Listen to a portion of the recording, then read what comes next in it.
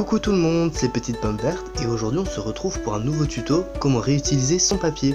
Parce que je sais pas si vous avez déjà remarqué, mais pour fabriquer du papier, il faut couper des arbres. Sauf que quand tu coupes des arbres, le CO2 il n'est plus absorbé, du coup il fait plus chaud, du coup il y a moins de neige et du coup dans 30 ans tu ne pourras plus partir skier à Courchevel, c'est magique.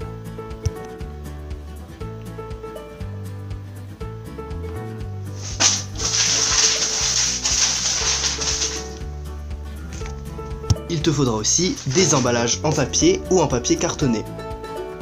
Le premier tuto que je vais vous présenter concerne uniquement ceux qui sont écoliers, que vous soyez au collège, au lycée, voire même en post-bac. Il vous suffit de récupérer toutes vos feuilles de brouillon ou de cours où le verso est vierge de façon à ne pas être encombré. Sur le côté encore vierge, vous pourrez faire soit des dessins rigolos, faire des morpions avec ton voisin de classe, ou alors préparer ton oral d'amant pour demain alors que tu avais 3 semaines pour le faire. C'est d'ailleurs de cette façon-là que je procède lorsque j'écris le script de mes vidéos que vous allez voir maintenant.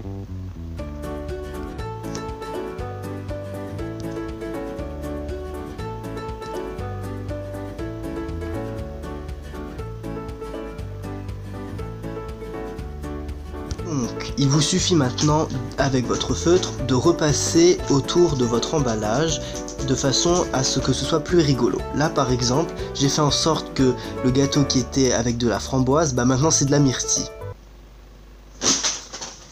Quelle vie de merde! Pour la troisième et dernière astuce de cette vidéo, vous allez avoir besoin de différents emballages en papier ou en papier cartonné, d'une bobine de fil et d'un cure-dent. Pour commencer, découpez un morceau de fil avec une paire de ciseaux. De préférence une paire de ciseaux qui fonctionne. Puis faites un petit trou dans votre emballage à l'aide de votre cure-dent. Puis insérez votre morceau de fil dans le trou. Tenez les deux bouts de ficelle de part et d'autre du sachet, puis faites un nœud comme ceci. Vous mettez un peu de scotch ou de pâte à fixe, vous les attachez au plafond et... tadam, voilà le résultat. C'est super moche et ça sert à rien. Un peu comme le concept d'un emballage en fait, étant donné qu'il a une durée de vie pas plus élevée que celle d'un hamster atteint du VIH, puisqu'on retrouve ces mêmes emballages derrière le parking du Conforama ou sur les bords d'autoroute. Et voilà, c'est déjà la fin de la vidéo, j'espère qu'elle vous aura plu. En tout cas, ayez en tête que le meilleur déchet, c'est celui qu'on ne produit pas. Et pour cela, je vous renvoie à la dernière vidéo que j'ai postée où je vous donne quelques noms de magasins qui proposent des produits en vrac. Et sur ce, je vous laisse, à la prochaine.